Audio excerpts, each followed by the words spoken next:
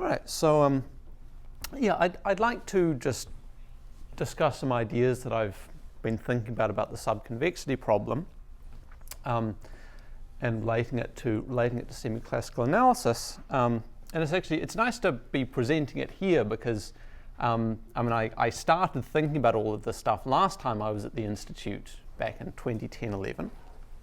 And I'd also like to state a tentative theorem which gives a subconvex bound for Gann-Gross-Broussard pairs in arbitrary rank. I mean, it's still tentative. Details are currently being worked out, joint with Ru-Zhang, but I think it should be okay. So I'll just state exactly what the subconvexity bound that I think we can get is. So let's take F to be a number field.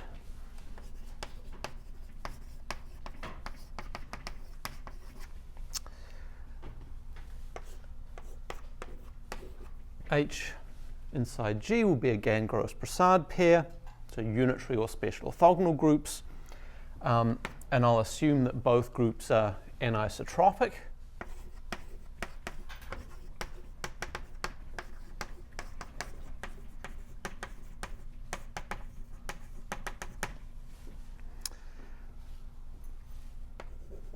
And I'm going to fix a finite place of F called W. That's where sort of all the action is going to happen.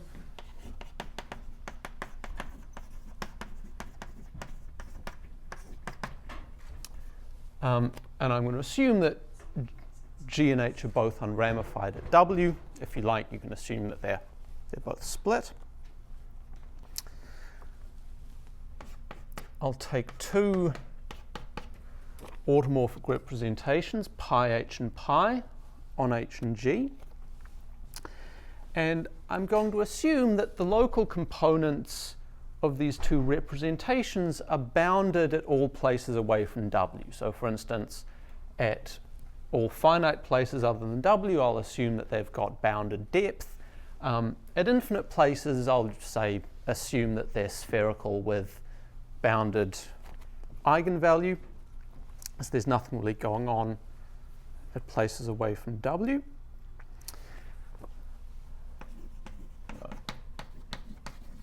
And at W,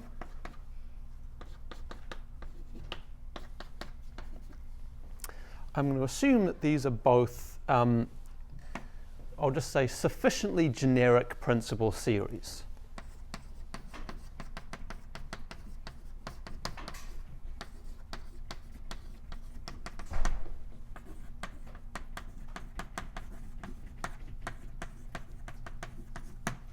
So I'll sort of give an example of what sufficiently generic means in a minute. And I'll also assume that the representation on the small pi h is generic in the sense of its Arthur parameter. So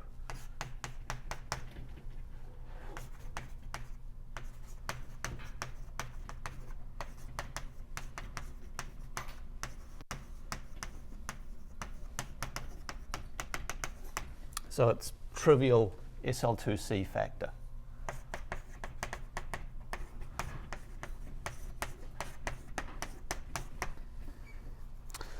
Okay, so then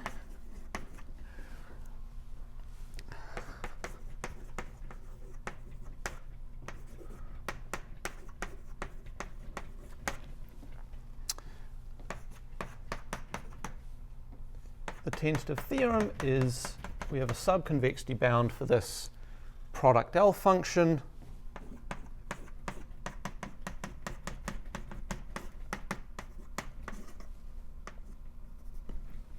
Like that. Okay, and sort of conditional on the sort of things that you would expect it to be conditional on. So the Achino-Ikeda formula, upper bounds for the relevant adjoint L values at 1, and assume that the local integrals at places away from W behave nicely, that they're non-zero and bounded below, for instance. Sorry? So let me spell that. So let me spell it out. So we have this, assuming, let's say Chino Ikeda, that you need L of 1 add pi and L of 1 add pi of h at most conductor to the epsilon for any epsilon. This, so as far as I know, this isn't known in complete generality. Is that, I don't know, anyone who knows this better than I do? Maybe errors. Do you, so that just, do we upper bounds for adjoint L values at 1, knowing that they're at most conductor to the epsilon? Is this something that we...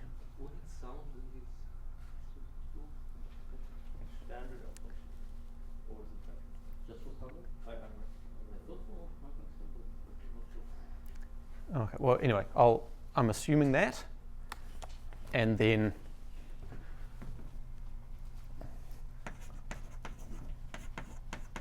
so local integrals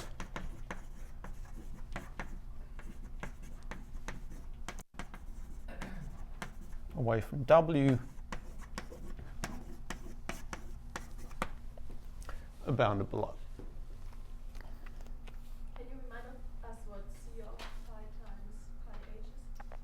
So C of pi times, I mean, in terms of like as a number, or, I mean, this is the analytic conductor of the L function. So the trivial bound is quarter plus epsilon. I'll give an example of what this is as a number in a little while. Let's see. So let me say something about the sufficiently generic. When I say that pi and pi h at W have got to be sufficiently generic principal series. So, I mean, in particular, it implies that both representations have to be moving. It should be, well, I think it might be possible to get around that, but yeah, we currently have that as a condition. I mean, I'll say exactly what sufficiently generic means when the local factors of these groups are just GLNs. So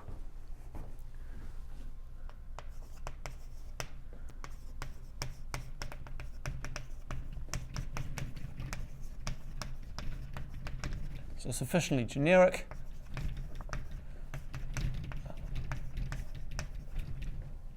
when these two groups are just GLN and GLN plus 1.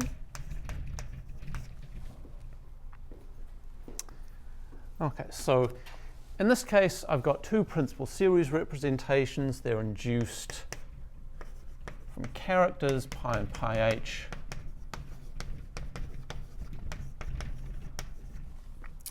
So pi is induced from a character chi, which is, I'll write its components as chi1 up to chi n plus 1, and then chi h is induced from, pi hw is induced from some character chi h, which I'll write as chi h1 up to chi hn. So it's clear what this notation is saying. So the assumption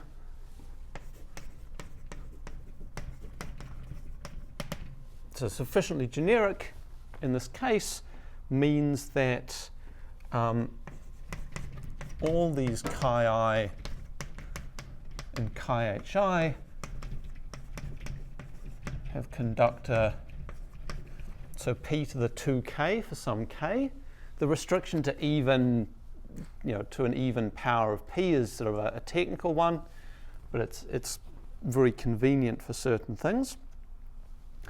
These characters all have the same conductor, and moreover, that sort of any ratio of them also has the same conductor, so that they're all they're all distinct when you restrict them to the prime ideal 1 bigger. So they're all as distinct as they can possibly be. And in particular, that sort of means that this conductor is as large as possible. Let's see, and it's so the sort of stability for coadjoint orbits that came up in Paul's talk on his work with Akshay is sort of encoded here somehow. I mean, you can take this character and sort of represent it by an element of the dual Lie algebra, and likewise for this. And this sort of sufficiently generic condition means that those two elements of G star and H star are stable, and this kind of coadjoint restriction problem behaves nicely. Let's see. So the method of proof of this theorem is fairly robust, and it should work in a bunch of other aspects. It should be possible to do the eigenvalue aspect, or families of representations other than the principal series that I've written down here. And it should also be able to, so I've said that the sufficiently generic condition means both representations have to vary. It should also be possible to fix one representation and vary the other, and you can choose which one you want to fix. But the thing that really seems to kill it at the moment is when the conductor drops. And in particular, I don't see how to say anything about quantum unique ergodicity using this as yet. The conductor for the product. Yep. Okay. Then when you say all these things, you mean not the chi's and chi h's are distinct. You don't care about. I mean, no. It's any two of these two. Any of these are distinct. Any of these are distinct, and any of these and any of these. It's within and between. Yep.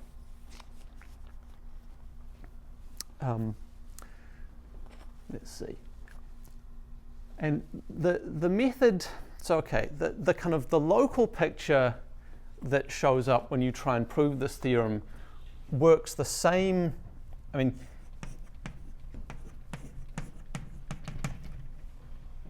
you can try applying it to GLN inside GLN plus 1 and the Rankin-Selberg Lvalue. The only thing that you run into is the cusp. So at the moment, we haven't really thought about how you would deal with the cusp. But if you were to, say, fix the form on the small group, that might, I don't know, that might make your life easier because you've got sort of a fixed thing that's rapidly decaying and you don't have to sort of prove any effect of rapid decay, but yeah, that's still to come.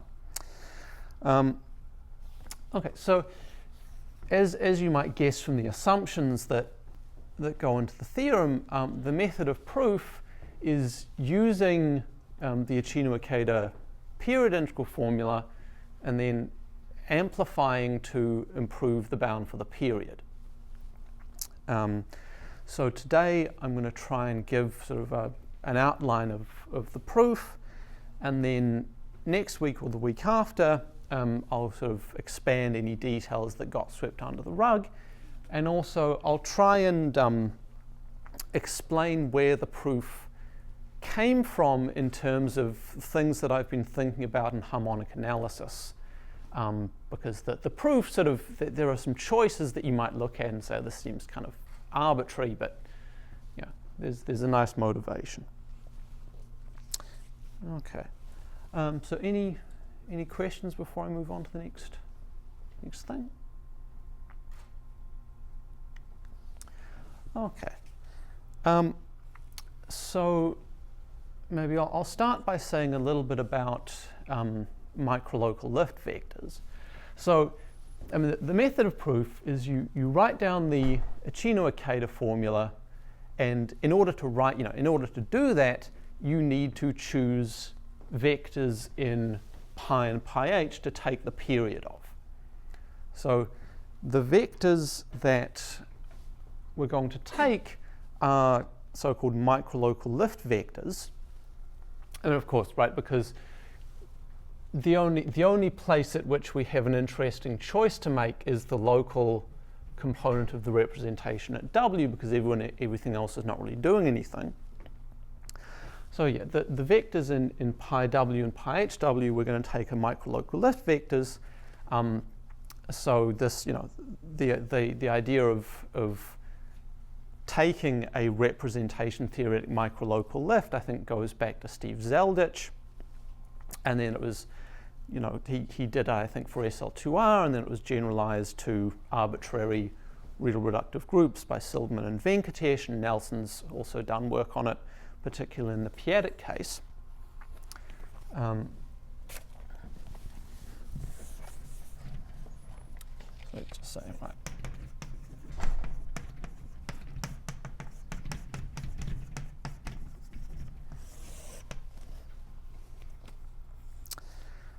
Okay, so I'll start by describing what these things look like in the case of real groups,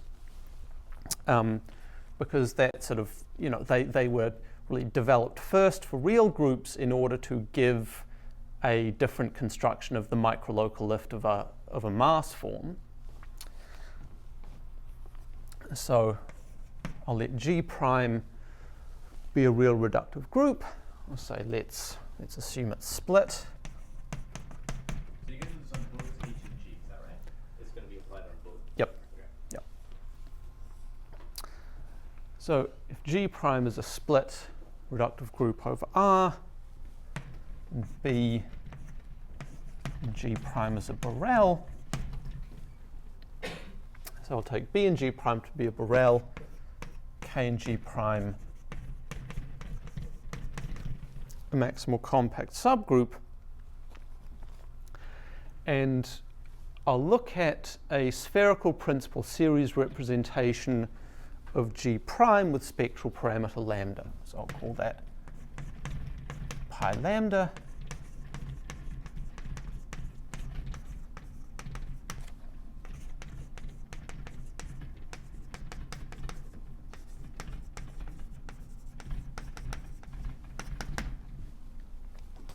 Okay, so I'm going to assume that lambda is kind of nice and regular. So, you've got your positive Weyl chamber. Let's pick a cone strictly within that. So I'll assume that lambda is sort of moving out in this cone that's away from the walls. Okay, so a microlocal lift vector V and pi lambda, in the real case, there isn't sort of a canonical choice of this thing, but it has roughly the following shape. So you look at the compact model of this principal series. So here's K, here's the identity, and the microlocal lift vector is represented by sort of a bump function around the identity at some scale, and the kind of, I think, the natural scale to pick. I mean, there's a range of them, but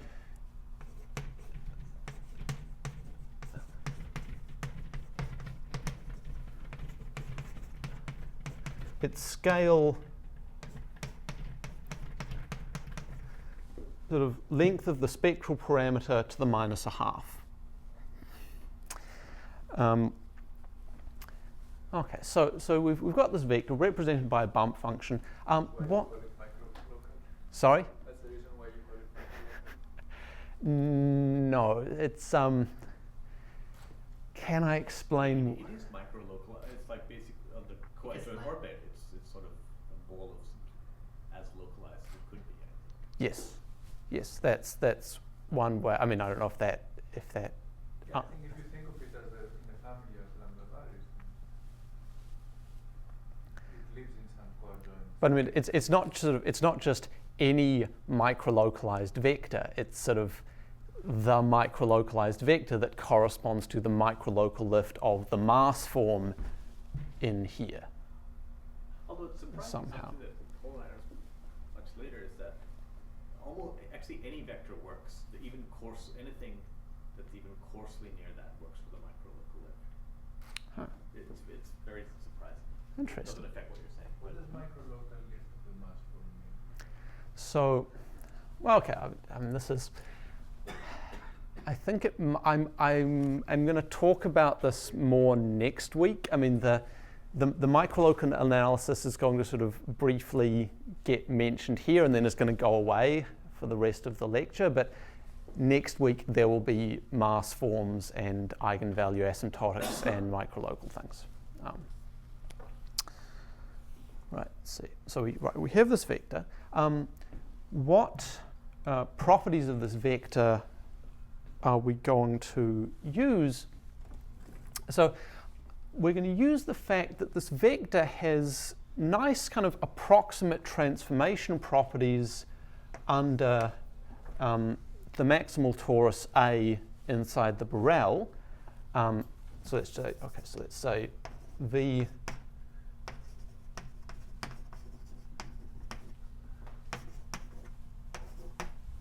transforms under the action of the maximal torus approximately by the character associated to lambda. So like whatever, it's the character on A corresponding to the character lambda in the Lie algebra, and so let me just draw. Here is your maximal torus A. So along A it transforms according to this character. In directions transverse to A, it's roughly invariant at scale lambda to the minus a half. So let's say.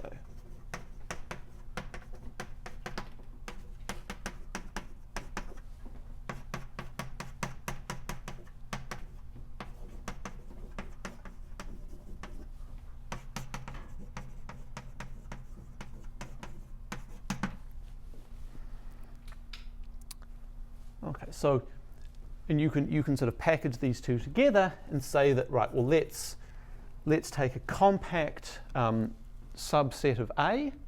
I'm going to fatten it up to a tube of radius lambda to the minus a half.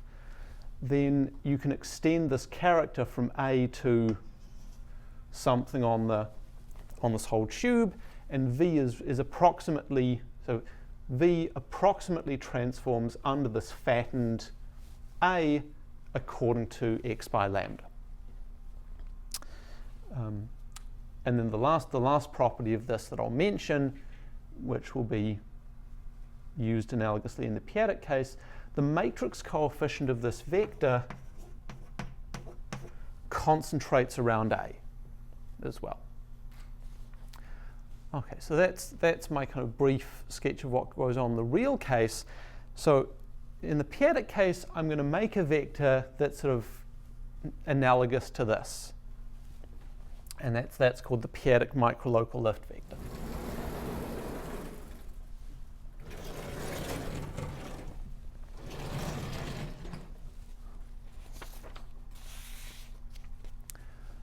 Okay, so what does the p-adic version of this vector look like? Well, let's take my group at W. I'm assuming it's quasi-split, so let's take a Borel and then a maximal torus in that Borel. I'm going to take AC to be the maximal compact subgroup of A. And then Ki inside GW are going to be the principal congruent subgroups of level I. Okay, so in the real case, I had this frequency norm of lambda In the p-adic case,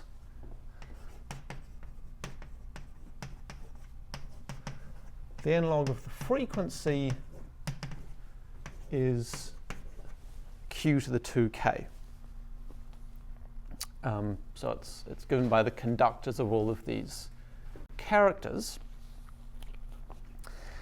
And so what vectors do we want? We want a vector v in pi w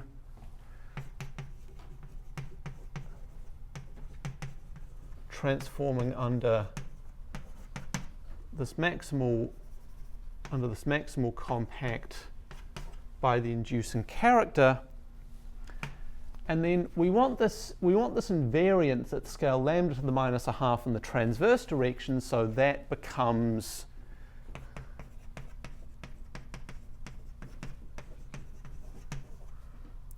I'll sort of write this informally, but we want distance lambda to the minus a half, that becomes sort of k sub k, half of this. And then we want to kind of go in the directions transverse to A.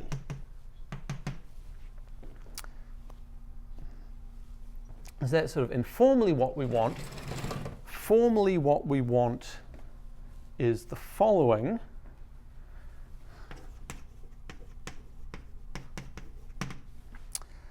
So take the induced model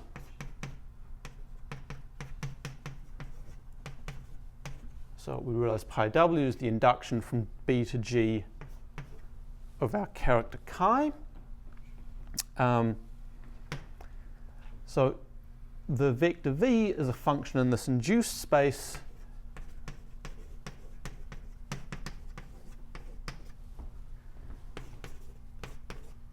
is going to be supported on the Borel times the congruent subgroup of level k. And then, hang on, run out of room.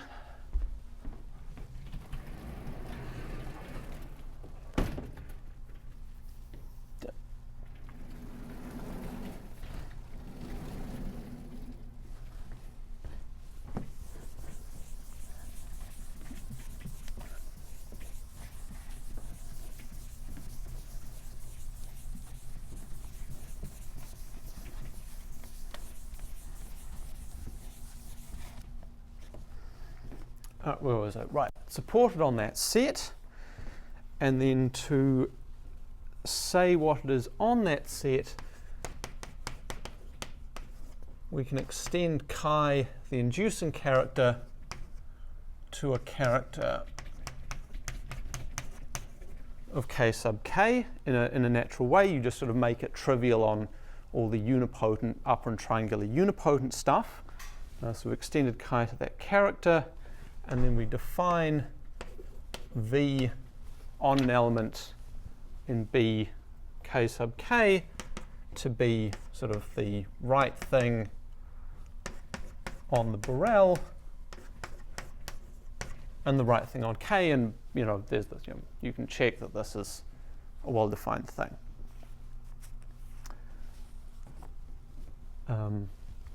Right, so that's the definition, and then you can check that v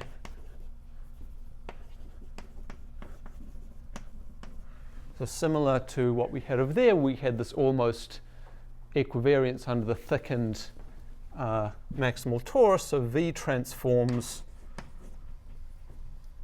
under the analogous thing. I take the compact subgroup in A, thicken it, transforms onto that by chi. Chi as conductor P to the 2k. Yep. So always this k to the k, this depth k is the analogous thing to lambda to the minus a half.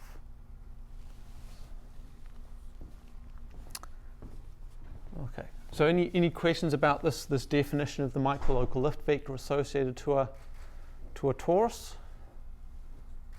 Okay. K sub I is just principal congruence subgroup of depth I, or depth P to the I. Now,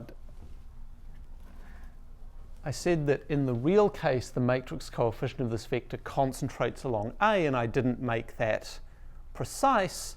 In the p-adic case, you can make this precise in a very, it's actually in a sort of an optimal way. The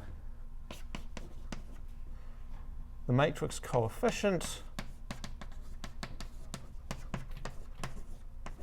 GV inner product V is supported on K sub K A K sub K. So it's the smallest possible thing, really. So the proof of this, I mean, the proof of this I basically took from an article of Howe.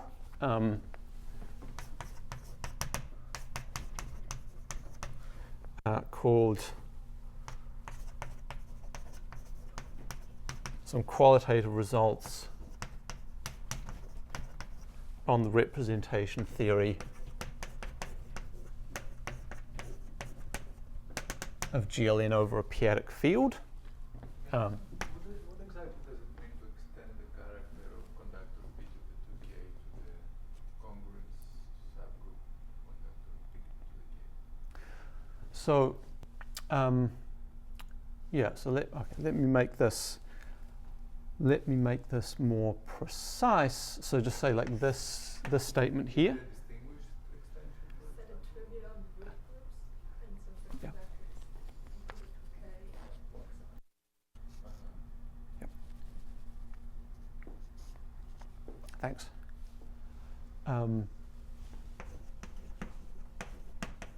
Yeah, so that's where to find the idea of how that's proved.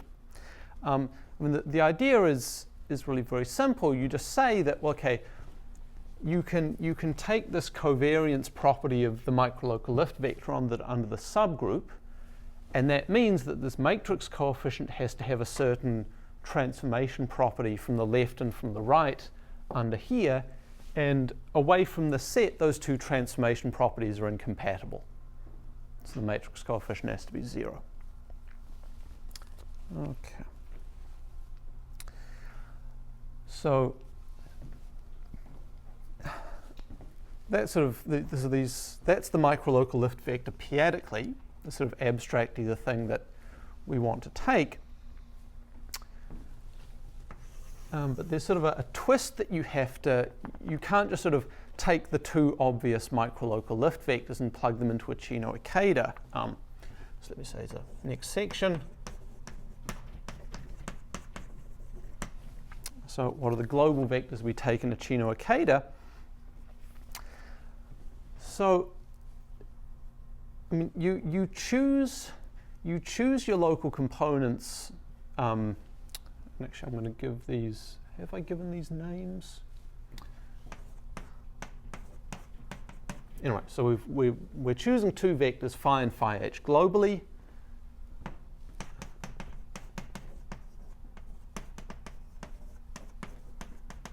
The only interesting choice is the components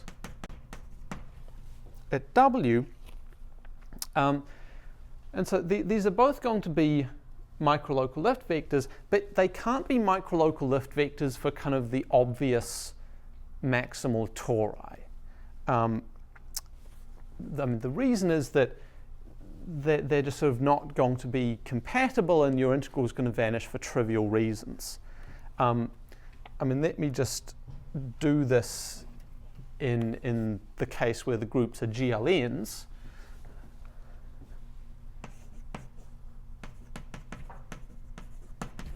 So I mean, okay, if you're doing all of this setup at, say, for a unitary group at a place where the CM extension splits, you know, the natural thing to do is say, okay, you've got your G is GLN plus 1.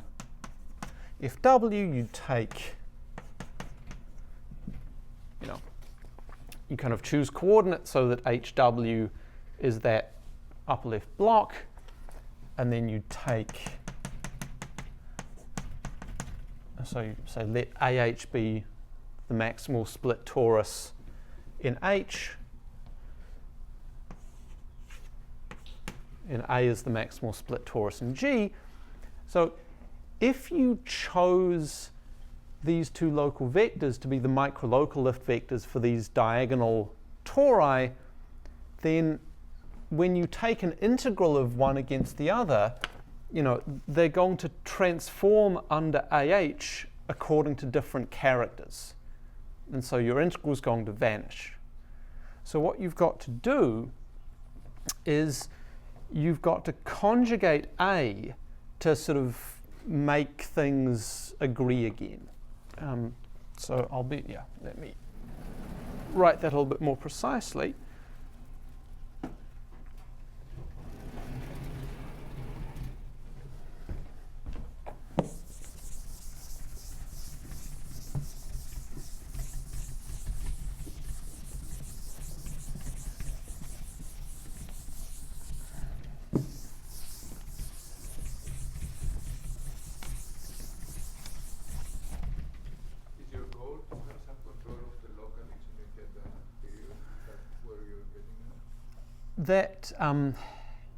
That sort of falls out. That's not the main goal. That's a very nice consequence of the vectors that I pick, that the local period becomes like trivial to understand. But the main goal is having vectors that you can amplify with, that you can sort of understand, you can sort of use to understand the global period through amplification. But well, we'll see what that means now in a few minutes. Chalk.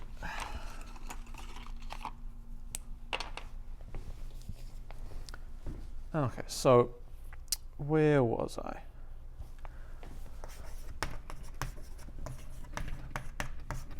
So we're going to take some element in the maximal compact subgroup of G at W, which I'll call G0. We're going to take, so in this example, we're going to take our diagonal torus A and we're going to conjugate it by G0. And phi W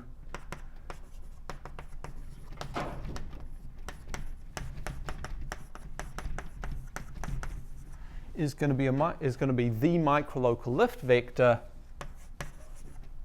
associated to this conjugated torus. Okay, so what is the kind of immediate thing that G0 has to satisfy for this to work? Well, okay, so phi W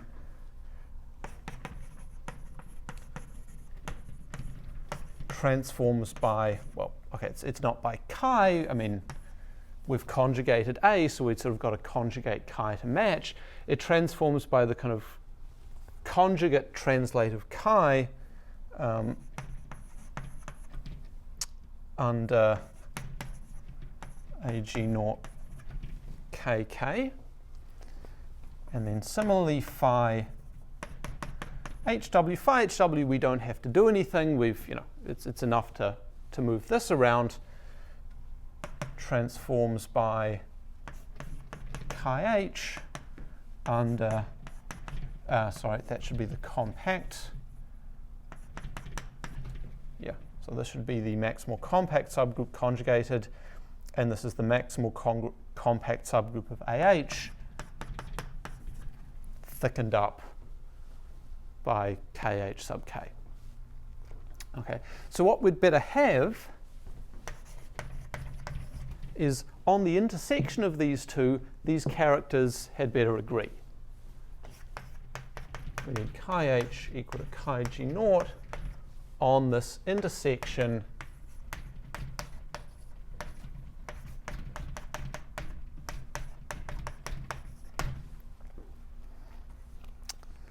okay.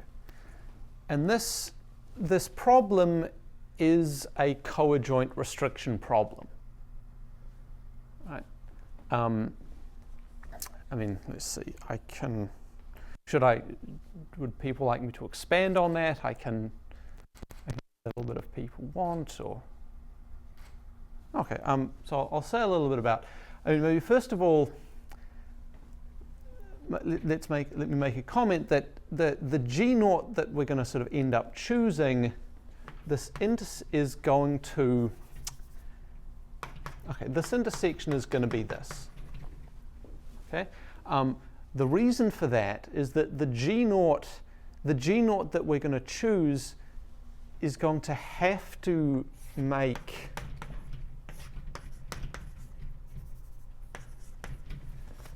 a G0 and H transverse. In fact, sort of as transverse as possible. The Lie algebra of this and of this are going to be transverse mod P, even.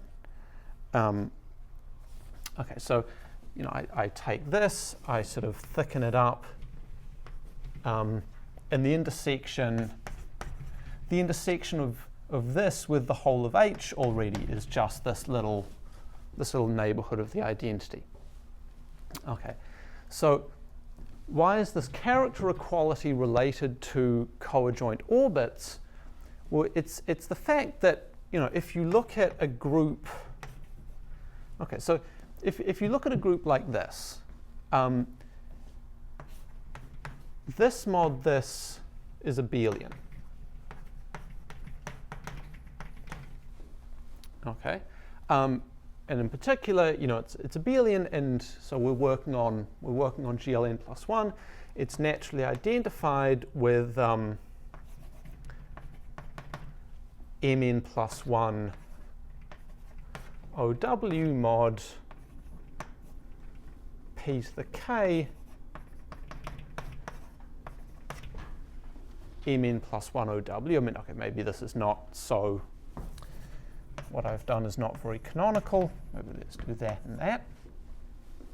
Okay, so this quotient is naturally understood at the level of the Lie algebras, and so a character of this is naturally understood as you can make that from an element of the dual Lie algebra. If you take the right lambda in G star, then the character chi of some matrix, let's say it's chi of 1 plus a matrix in here is equal to the trace of lambda times a times, chi naught trace lambda a. So I've got some standard character on FW, and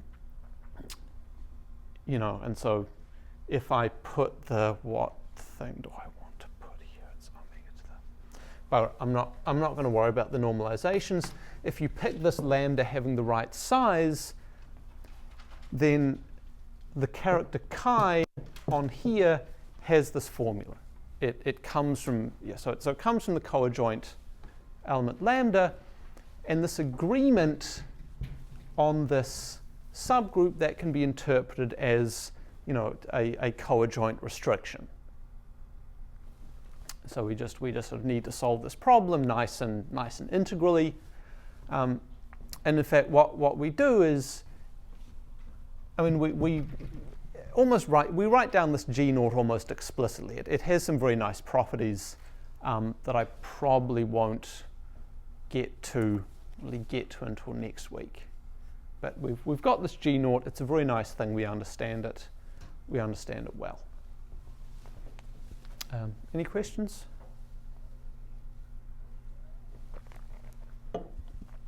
Crucial. You have the coadjoint orbit, the big group, mapping to the dual Lie algebra, the small group. Mm-hmm. And the pre-image of a coadjoint orbit downstairs essentially is an H torsor upstairs. I think that's the algebraic one. Let's see. Okay, so I think that's everything I wanted to discuss about that. And so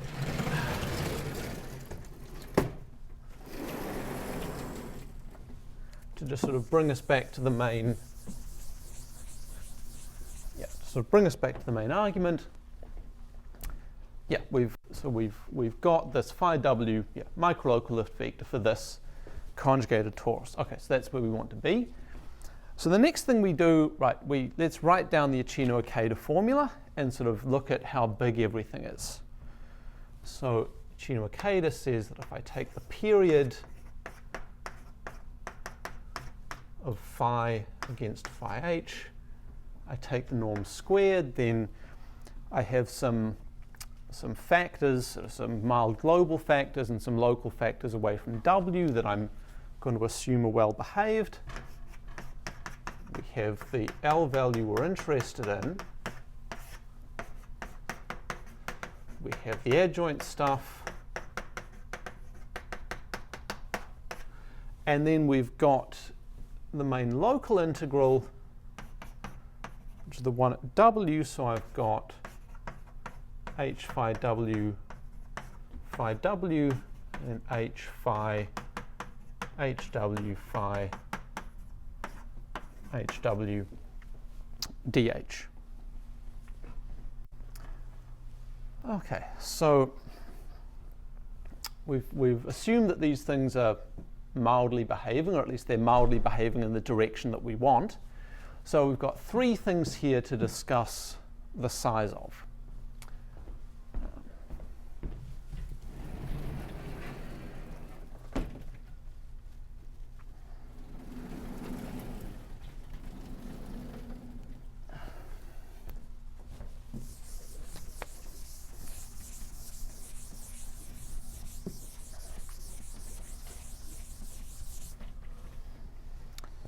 All right, let's see.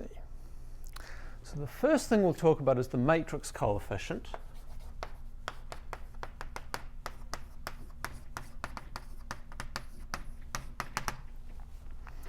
So understanding the matrix coefficient is quite easy once you have this proposition of how on the support. on the support of the matrix coefficients. So the supports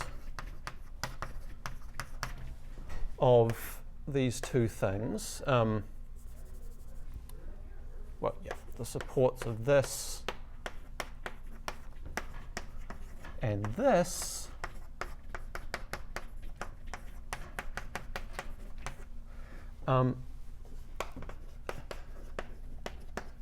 intersect only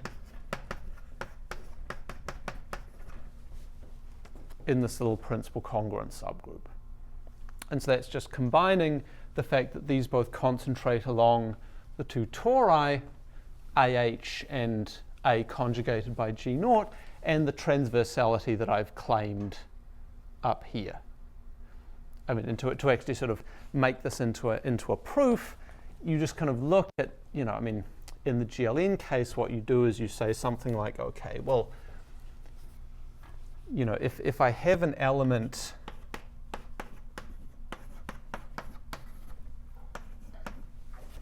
some element in here, I just think about how it acts on the standard lattice in my n+1 dimensional vector space, and the kind of the principal, the singular directions of this lattice are going to have to be eigenvectors for this conjugated torus.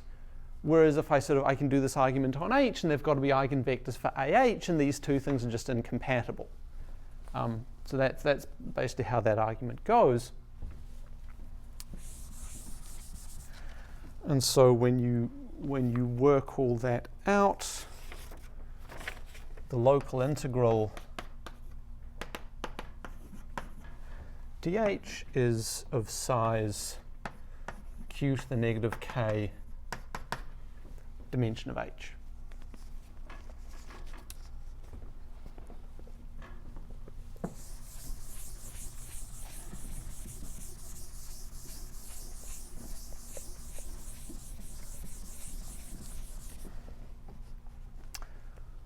Okay, the next thing to consider is the Lvalue. So this is basically what you would expect, because big vector, when you project into the small group, if I understand rightly, picks out a ball of representations of size about square root of lambda around your thing. That sounds right. Like 1 over the Poincaré measure of that ball. Yep. No, yep, exactly. Yep, that's right. Fantastic. Okay. So the L value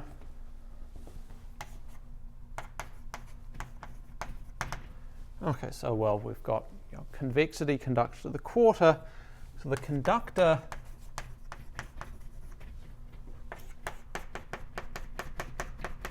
C pi cross pi h, it works out as about q to the 4k dimension of G minus the rank of G. I mean, the reason there's this nice formula is because this is what you need in order to, in order for the convex bound and the trivial bound to line up. But you can, you just check this in each of the sort of 3 cases, unitary, SO, depending on the 2 parities. So in the various cases, you get q to the 4k n plus 1. In the unitary case, and what is this? Q to the 2kn squared, the SON inside SON plus 1 n even, and then q to the 2k n squared minus 1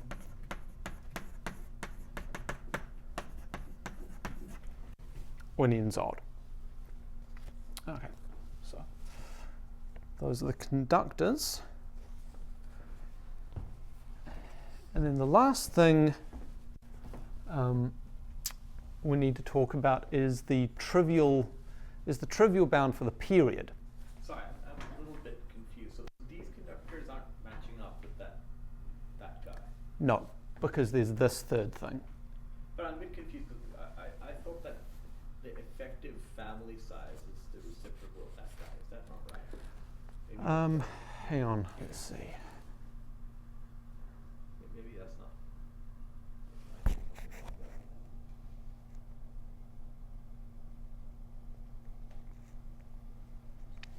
Yeah, no, I don't. I mean, the local. Yeah, I'm not sure if that's Okay. always true. Sorry,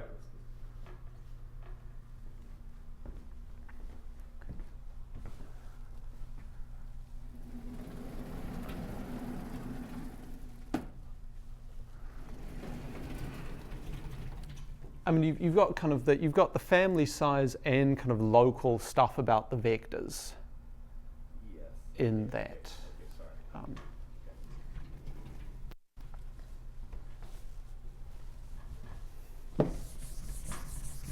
what is the conclusion of this conclusion? Is that not the Plancherel measure? Or?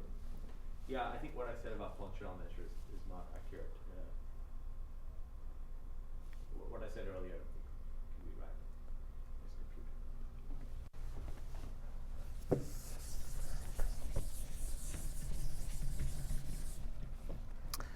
Okay, and then the last thing we want to talk about is the size of this period. So okay, this is the sort of most interesting thing, I think. So how do you get the trivial bound for this period?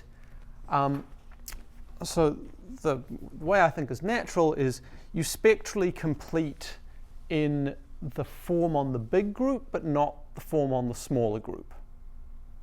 So one way you could think about that is you take a pre-trace formula on G, and then you integrate both variables against phi h, the form on the smaller group. And I mean, you can also, just a little, this is like slightly technical, but I want to say it anyway. If you were doing this on a general, say maybe non-compact quotient, you could write down the pre-trace formula and you've got all the continuous stuff in there as well. And then you sort of integrate it, drop the continuous stuff, you've got some bound. You can also do this without knowing anything about what an Eisenstein series is. You just sort of do what harmonic analysts call a TT star argument, and it comes out in the same way.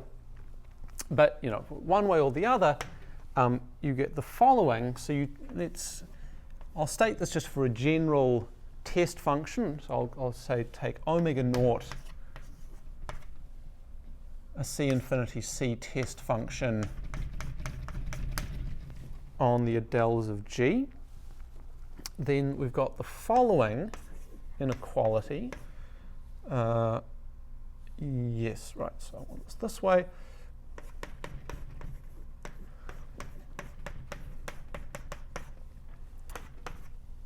So this period is at most the integral over 2 copies of the adelic quotient of H, phi hx, phi h of y bar, sum over gamma in G of f, omega naught convolved with omega naught check, x inverse gamma y, dx dy. Sorry, Simon, I'm still trying to make friends with your vectors. So when I take the vector in the big group, and suppose there's a unique function on the bigger representation to the smaller representation. So yep. Suppose I sort of push it over. Do I basically get the test vector on the small group? Let's see. I mean, it's got to have. Or is it sort of a smear, or something more smeared out? No, I think you do. Because if you push it to the smaller group, it's got to be doing the right thing under this congruent subgroup. Okay, so then I have to. Okay, so if I just thought about the vector on the big group, I see. But you're fixing when you do this period thing. You're effectively fixing the thing on the small group and expanding, picking out a family on the large group. Yes. Maybe thought of that way, the family size is somewhat different. Yeah. Sorry, keep going. Let's see. Anyway, so we have an inequality like this, a sort of a pre-trace inequality. So the omega naught that I'm going to take is the following. So the local component of this thing away from W is just going to be, it's either going to be the characteristic function of the level subgroup, or it's going to be some spectral projector that just, where we've got bounded eigenvalues, so there's really nothing to do. So actually this is boring. So what we take at our distinguished place W, so this is going to be supported on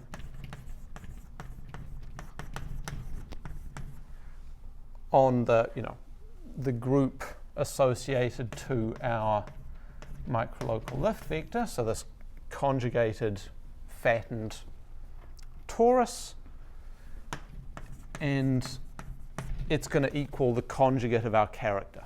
So it's equal to, what do I want? Q to the k dimension of G minus the rank of G chi G naught bar there.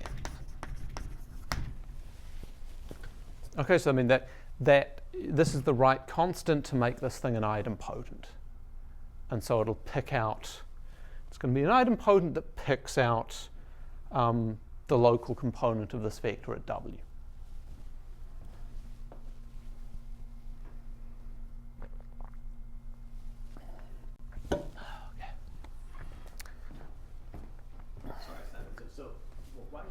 so there are two ways I could think about this thing. I could fix the small one, or I could fix the big one.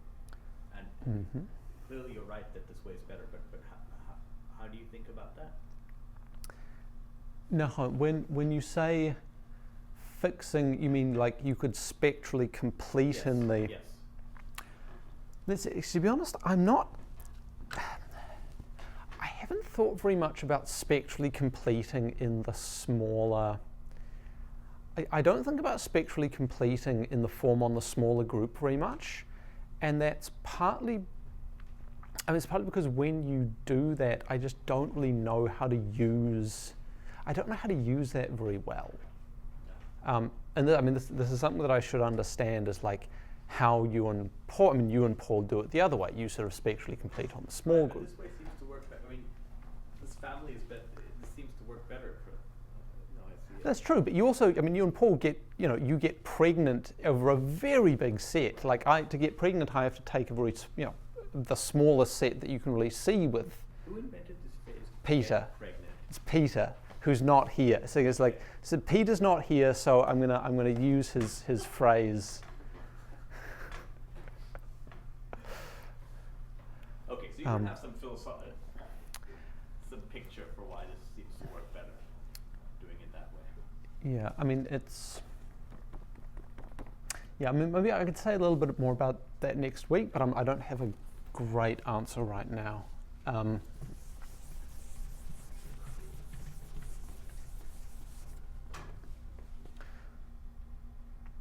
Well, actually, no, maybe I can. Okay, I mean, this is actually kind of relevant to what I was about to say, so maybe I should say something. I mean, when you spectrally complete in the big form, you kind of, you've got the phi h here, but now you've got this nice integral kernel that you understand.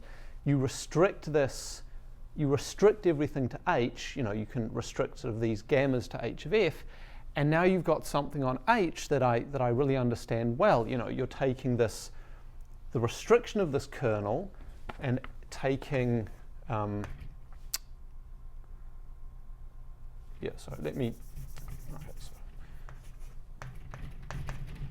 just to save space, omega is going to be omega naught convolved, omega naught check, right?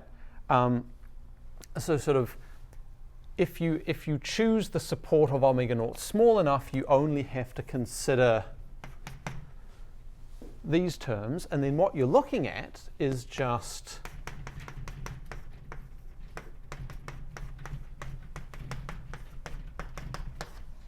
right. You're looking at that. So I take this function on the adels of G, I restrict it to the adels of H, I let that act in the representation pi h, and I take this matrix coefficient.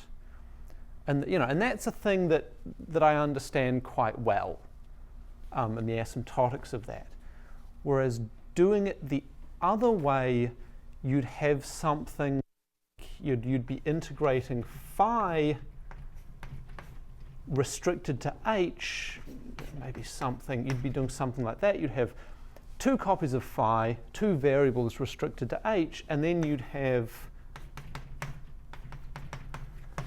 your kind of nice integral operator, but on the subgroup H. And the extension of that, I don't understand that quite as well. Why not on both? I mean, are you using something more about your G times H mod H other than the stabilized generically trivial? So I mean, why don't I spectrally complete in both? Phi and phi h. So if I understand correctly, the main thing you're using about your space is that if you consider the big group, which is the product of the two groups, mod h on both sides, then stabilize as generically trivial, right? So you can take things and move them away from, you can take h orbits and move them away from each other or something like that. I'm actually not. I'm sorry. I'm not really sure how to interpret that. I mean, the way that the way I think about this is like if you complete in phi and phi h, you get something that's too big. You've made your family too big, and it's sort of unnecessary to do that. Anyway, so I guess maybe I will finish this. Yeah, I'll finish this and then we'll go take tea. So where was I? Right. So we were discussing the trivial upper bound for this period. We found this sort of relative trace inequality. I said that, you know, if you make you're free to make the support of omega naught small at some places. If you do that, you only have to consider the kind of trivial terms, the gamma lying in h of f. And if you do that, this whole right-hand side can be rewritten as a matrix coefficient like this on H. And then you can bound this matrix coefficient by saying, okay, this is, you sort of bound it trivially by saying that this is at most the L1 norm of this function. And then you work out what that is. You say, okay, well, oh, and I forgot a very important thing. You know, this omega is roughly the same. It sort of behaves roughly the same as omega naught because I chose this thing to be an idempotent. In terms of all the asymptotics, it behaves in the same way. So roughly how big is this? Well, I've got my H. I have this omega concentrated around AG naught. Right? The pointwise size of this thing was that. So I've got a q to the k dimension minus rank of G. And then I've got the size of this support, but we said that the support was k hk, so I get a factor of q to the negative k dim h. And this is, you know, everything works out. Like I had a q to the minus k dim h, I have one there, I've got this, and then up here it's exactly 4 times what I have there. So yeah, when you plug it all in, the trivial bound corresponds to convexity, and so if you can improve this, you can improve convexity there. Okay, so yeah, so maybe I'll stop there and we'll take a break.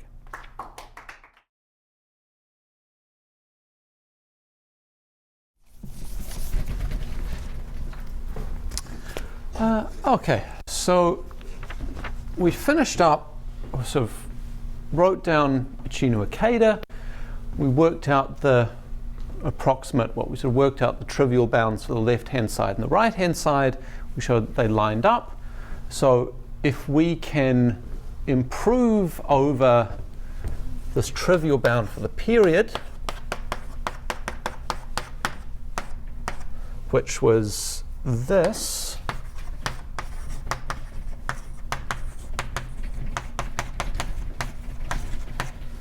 so if we can improve over this bound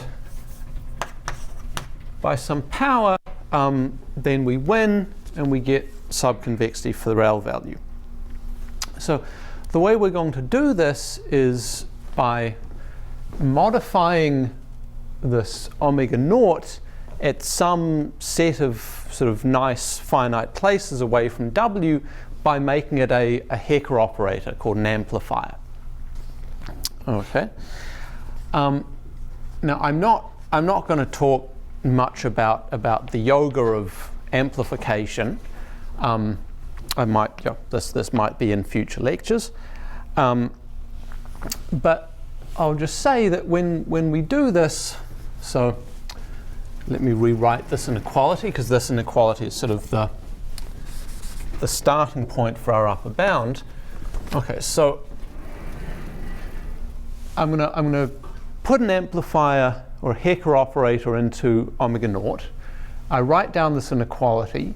Now, the way I've chosen my Hecker operator, this... It also works in Archimedean aspect. I didn't see that beginning, right? I mean, you're doing the Q aspect, but the method will work in Archimedean. Yeah, I expect so. So yeah, when you put the Hecker operator, and the Hecker operator is chosen to make this thing big, and so we'll win as long as we can show that this thing doesn't get too much bigger. Now, when we want to bound this integral, there are two kinds of terms that we've got to consider. There's the sort of diagonal and the off-diagonal terms. So the diagonal terms are the ones with gamma lying in H, and the complement is the off-diagonal. And so the diagonal terms can be understood in a very nice way. So if you, this is sort of what I was saying before the break, right? If you take this expression and you restrict the sum to be over gamma in H of F, then what you end up with is exactly this matrix coefficient, right? So you end up with pi h of omega restricted to H acting like that. Now, I'll make a quick comment for the people in the audience who are familiar with amplification, right? So we're looking at returns to a subgroup H. This subgroup H is very big. In fact, it's so big that you can't sort of do amplification in the traditional sense, right? In the traditional amplification setup, you just say, I'm going to bound the number of terms in H of F that I have to consider. For each term, I'm going to do some sort of trivial estimate. I add them all up with absolute values. I get a bound. H here is so big that that doesn't work. And so you can use this other trick, which relies on the fact that we're taking a period over a rationally defined subgroup, which is that you can sort of group all of the Hecker returns into a Hecker operator on the smaller group. Right? So maybe said another way, I've got this expression on H, and I'm going to bound this using an approximation to Ramanujan for phi of H. And this is, so maybe just let's write that down briefly.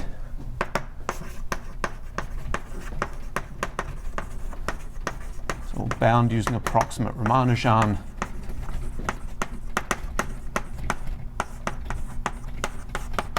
For phi of H, and this is where we're using the assumption that pi H had a trivial R3SL2C.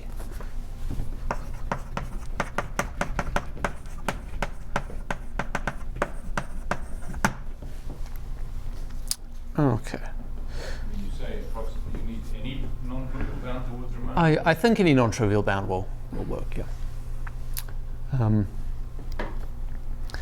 Okay, so now let's look at the off-diagonal.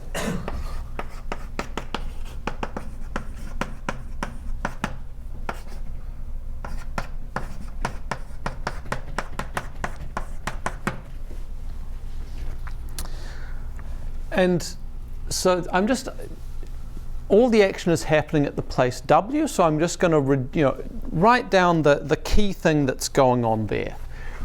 So you've got an integral of the following shape. So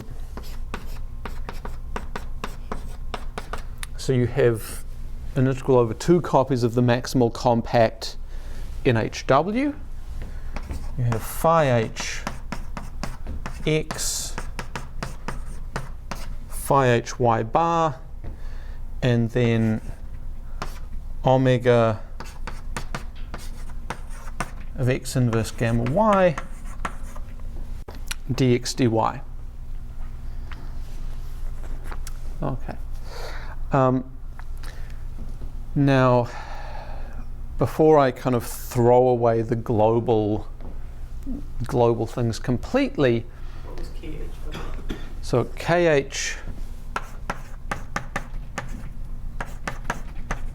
KH was a maximal compact subgroup in HW.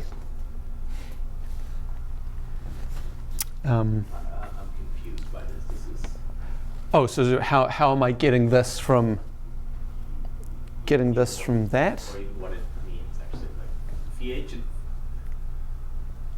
Oh, so I mean, right. So maybe for the purposes of this integral, just you can completely. I mean, this maybe more formally, if I were showing you where this thing arrives from that, it's more like I take this integral up there.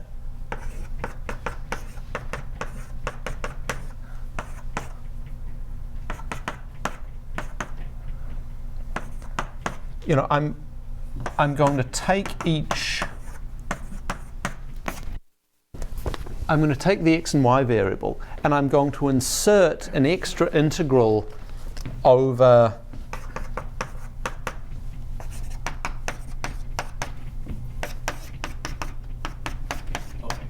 this maximal compact.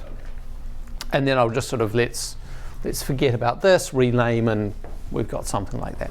So, I mean, in everything that I'm about to say, you could actually just forget that this came from a global automorphic form and just say I've got some function that is L2 normalized and has, you know, the covariance properties of the microlocal lift vector. That's all we're going to use in this argument. Covariance properties mean matrix coefficient. I mean, just the covariance under this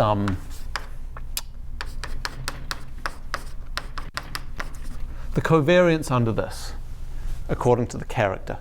Covariance? Equivariance, the equivariance, sorry. The equivariance under chi-h for the subgroup.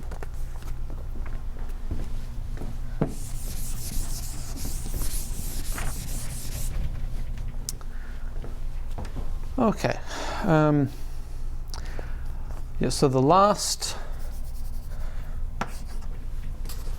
sort of last global input I'm going to extract is just the fact that, okay, so gamma had to lie in here, and it had to lie in the support, it basically has to lie in the support of omega, and that means that it's got to have bounded height, so sort of bounded denominators of the matrix entries, and it's got to be sort of bounded at infinity, so you play around a little bit with the product formula for adelic valuations.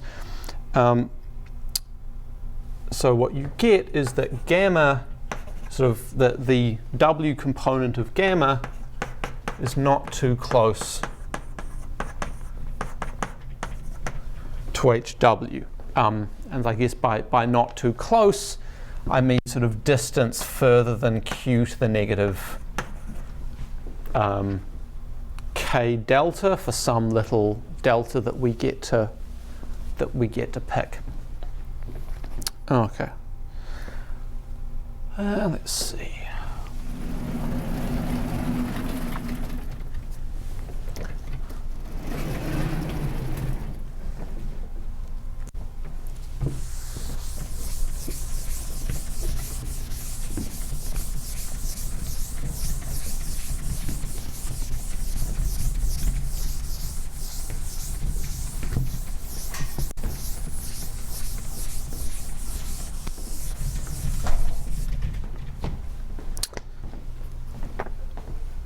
So let's just sort of draw a picture of what, you know, of how you can think about this integral. So let's say we've got, you know, we've got our subgroup HW, and then I'm going to translate this by gamma from the left. So I've got one copy of phi h living on here, another copy of phi h living on the translate, and then I've got this integral kernel. So I'm just sort of moving the gamma from here to this kind of translate. That's where it's going to show up. So we've got this integral kernel, omega of x inverse y, and so yeah, I want to sort of bound the matrix coefficient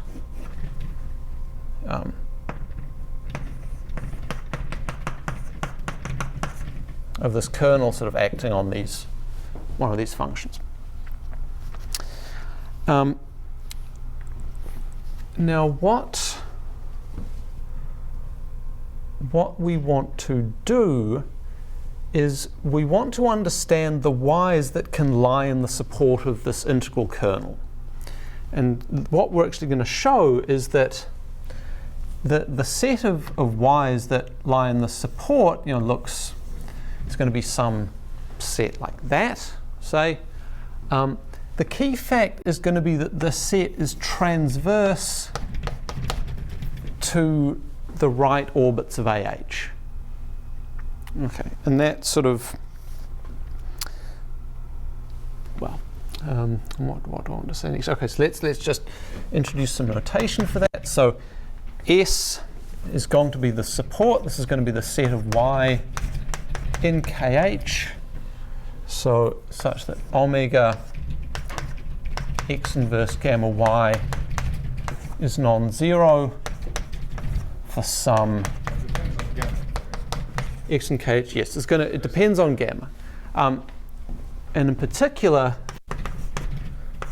if gamma were to lie in H, then S would just be everything.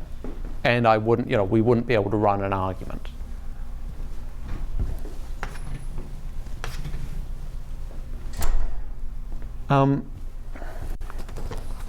Let's see.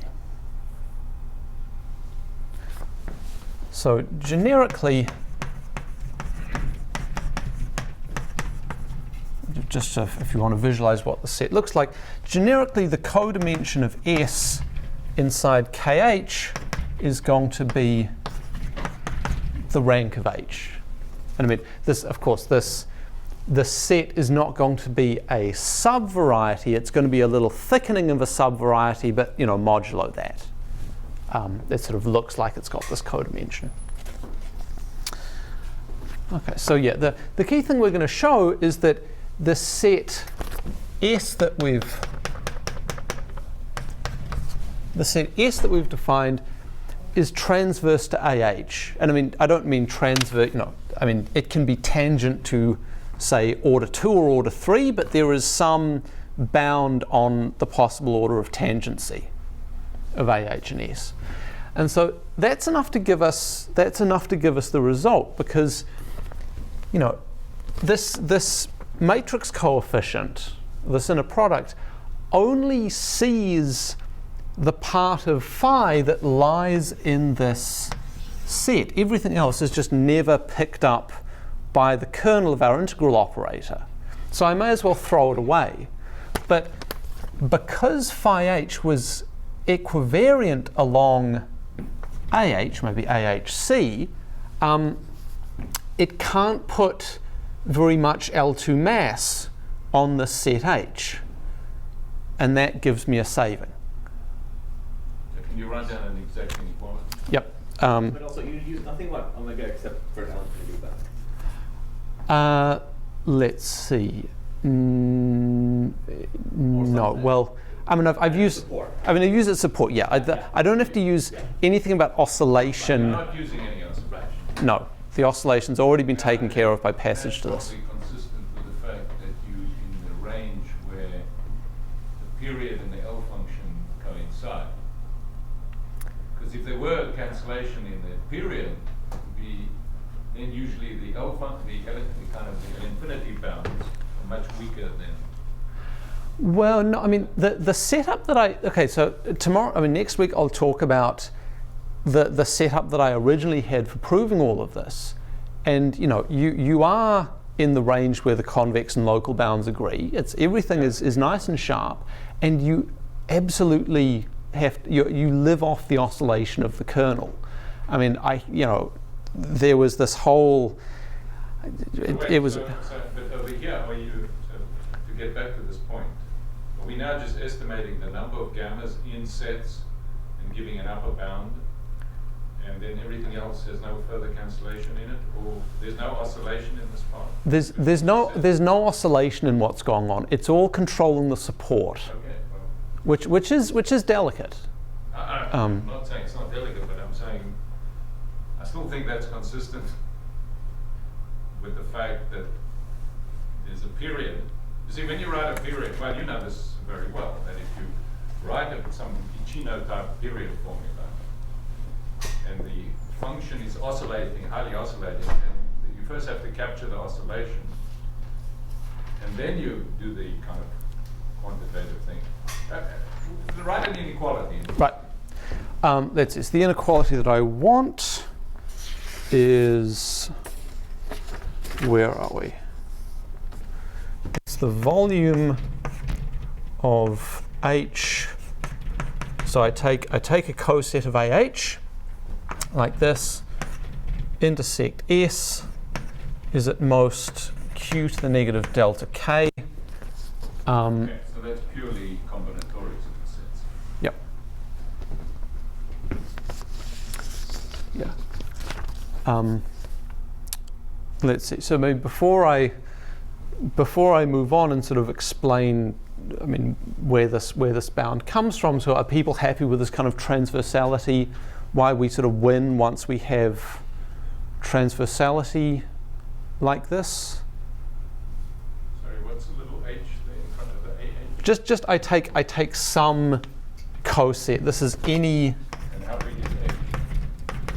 I mean, this is everything. By now, I've kind of localized everything to some compact thing. So, okay. I'm a little bit confused because pH is global, but somehow you made locally, you identified this with principal series, and that's how you chose a torus AH. Mm-hmm.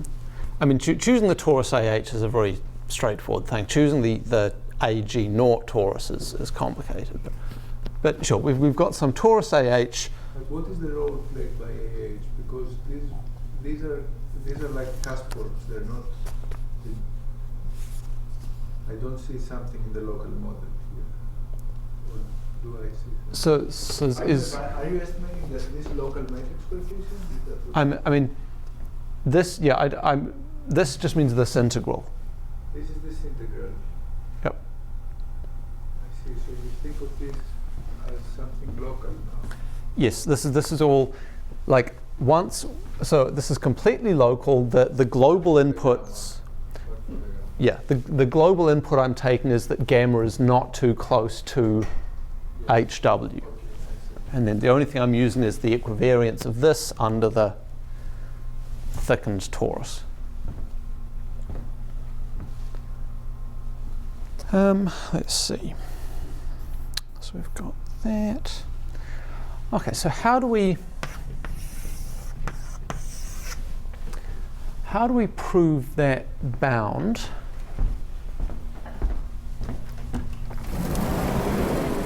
So in the end, you're going to amplify the gammas will be coming from other primes at which you make some weights. Is that correct?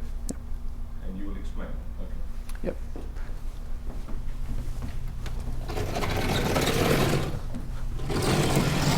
Well, I don't know. I wasn't planning on explaining that today, but you know that's sort of a standard thing. But I can say something about that tomorrow. Nothing is really left except the transversality, right? Like you're saying that Yeah. everything else is killed by this delta K saving. Yep. Yep.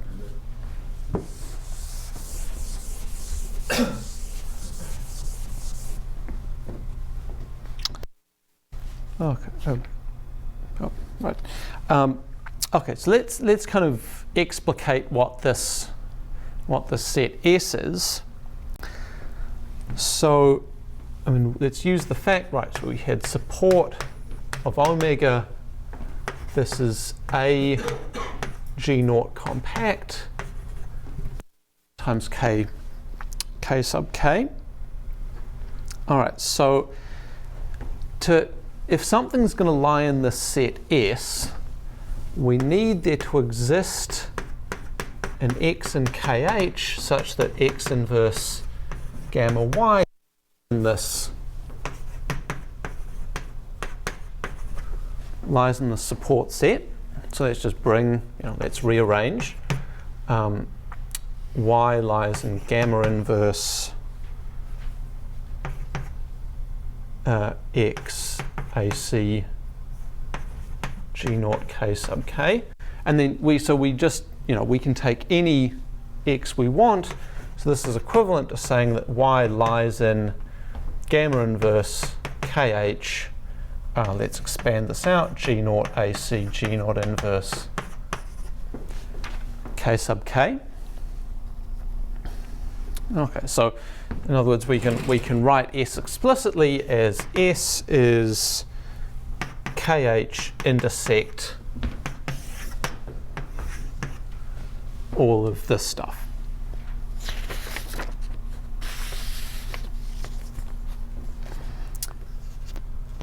Okay. Yep. I think we can get rid of this now.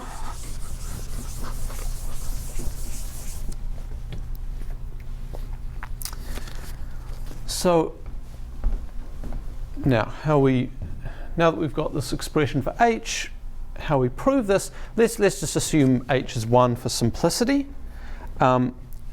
So we want to, we take some element little ah in big H. We want to know when is this in gamma inverse kh, all of this stuff. So we can rearrange this a little bit. We can bring the gamma over.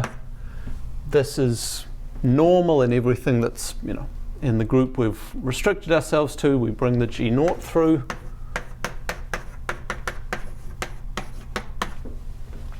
Okay, so in other words, we want to know when this element lies in the double coset. And so in other words, we can think of this as say we've got a map from AH to H mod G mod A, which ascends AH to the double coset. Sorry, what is A sub H? This is just an element in here. So I'm saying. Oh, AH. What does metal little AH is? Just some little AH is some element in big AH. But you're not just checking their intersection, right? You're checking if they're transverse. Well, I mean, yeah, I want to understand. I mean, I want to. I need to control this volume, so I need to write down some condition that's going to tell me when. If I have something in the torus, A sub H, can I tell when it lands in S? Okay, but you also have to do that for translates. Sorry? You also have to do it for translates. Yeah, let's just suppose H is 1. Okay. Let's just suppose H is 1 for simplicity. And in fact, yeah, if H is not 1, I can just sort of multiply gamma. I can multiply it into gamma on the right, because I assumed gamma was not in H, so I'm sort of free to do that. But yeah, so are we happy with this? Like saying that AH lies in S is the same as saying that this thing lies in here. And so, this is like, I think of this as some double coset in H mod G mod A. So I went to say, when does, I want to understand for which little AH does this element lie in the same double coset as G naught?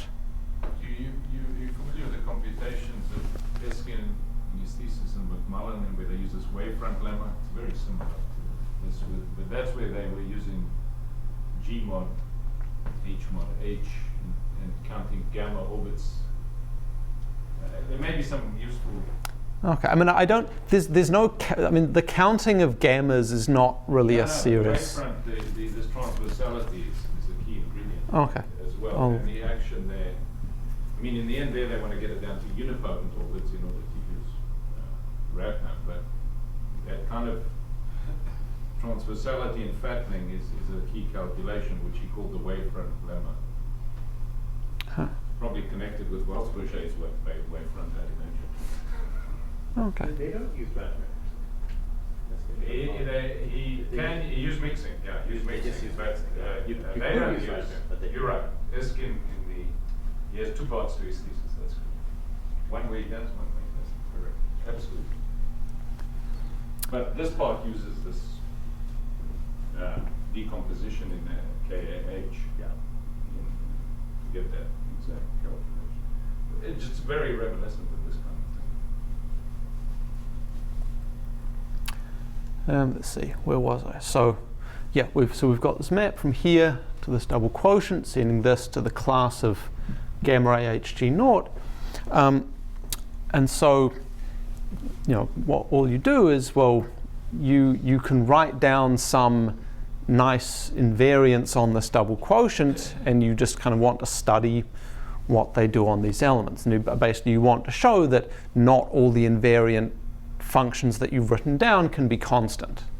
And yeah, I guess I don't have, I'm sort of at the end of my notes, but I mean, I'll just say in the case, say where you've got H and G is GLN inside GL n plus 1, you know, what do these invariants look like? Well, if I have an element G and G, then the left invariance under H, this is just taking,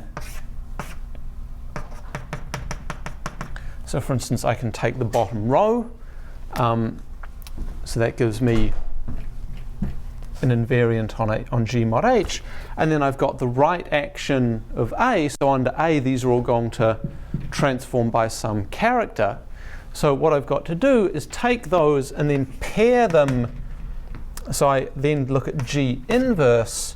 So now on G inverse, I'm acting from the right, and I have these entries that are invariant, and then A acts sort of from the left according to a bunch of characters, and I just pair this one with this one.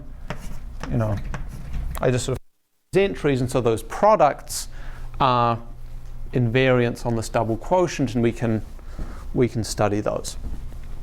Let's see, and maybe I'll say that kind of one of the key features of G naught, this conjugating element G naught that we needed. So There's probably a natural exponent that comes out of this argument. You clearly just sacrifice. I mean, you're just going for any gain. Well, I haven't worked out the exponent yet, but it should. I mean, given this part should be optimal because you're just doing this geometry of this transversality and fattening.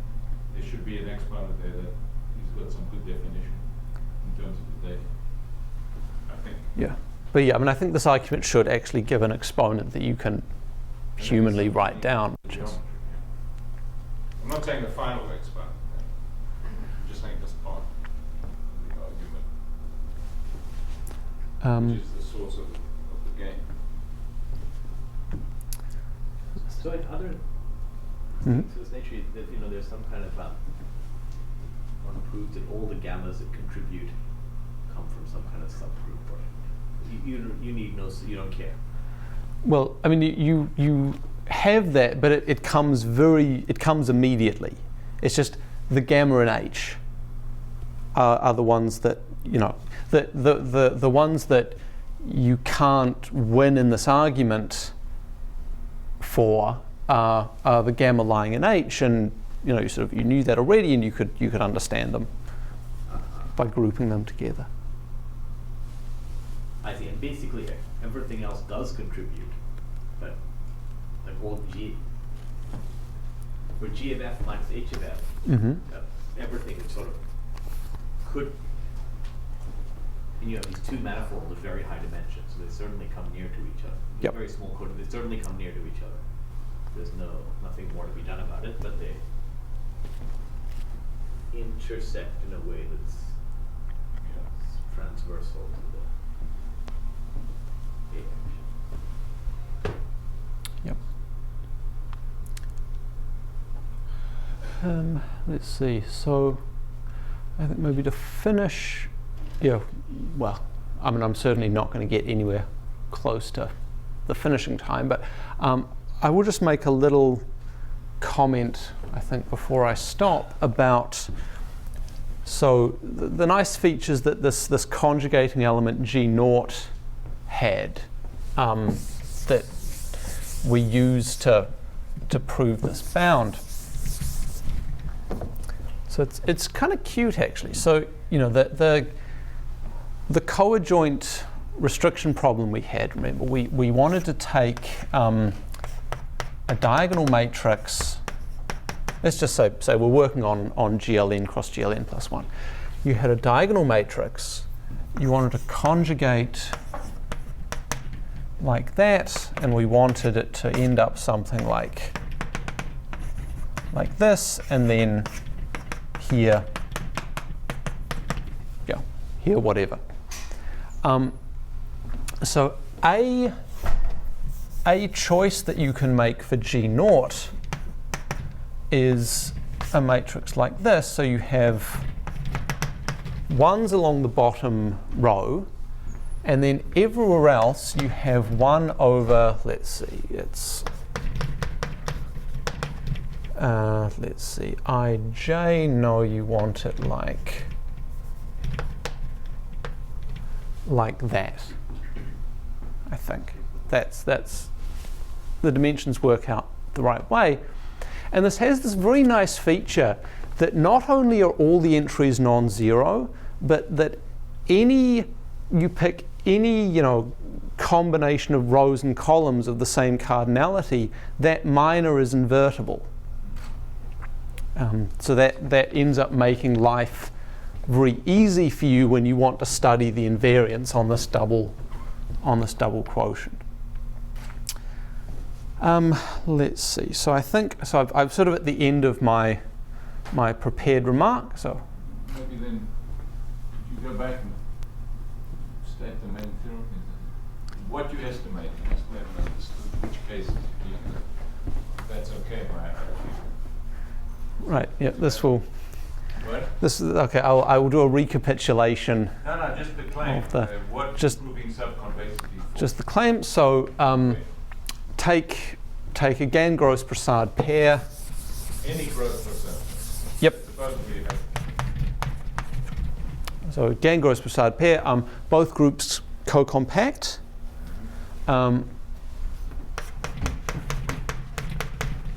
Two automorphic forms pi h and pi. I'm going to assume, so I'm going to take a nice finite place W where both groups are unramified. So I'm going to assume that the local components of pi h and pi are sort of bounded away from W, so bounded depth, bounded eigenvalue. At W, I'm going to assume that they're principal series representations, and I'm going to assume that the characters that you're inducing are, what I called sufficiently generic before. So an example of what sufficiently generic means is if we suppose that the two groups are just GLN and GLN plus 1, then pi is the induction of some character chi, pi hw is the induction of some character chi h. So I'll write the components of this out like this.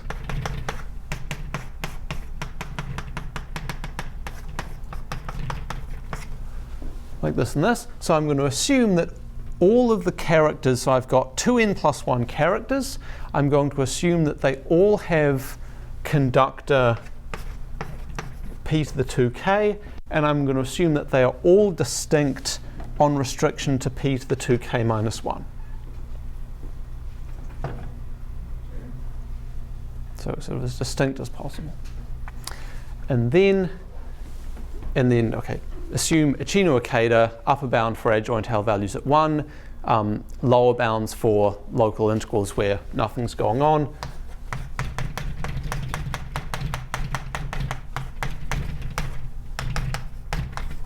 You get a subconvex bound like that. Well, let's thank Simon. Yeah.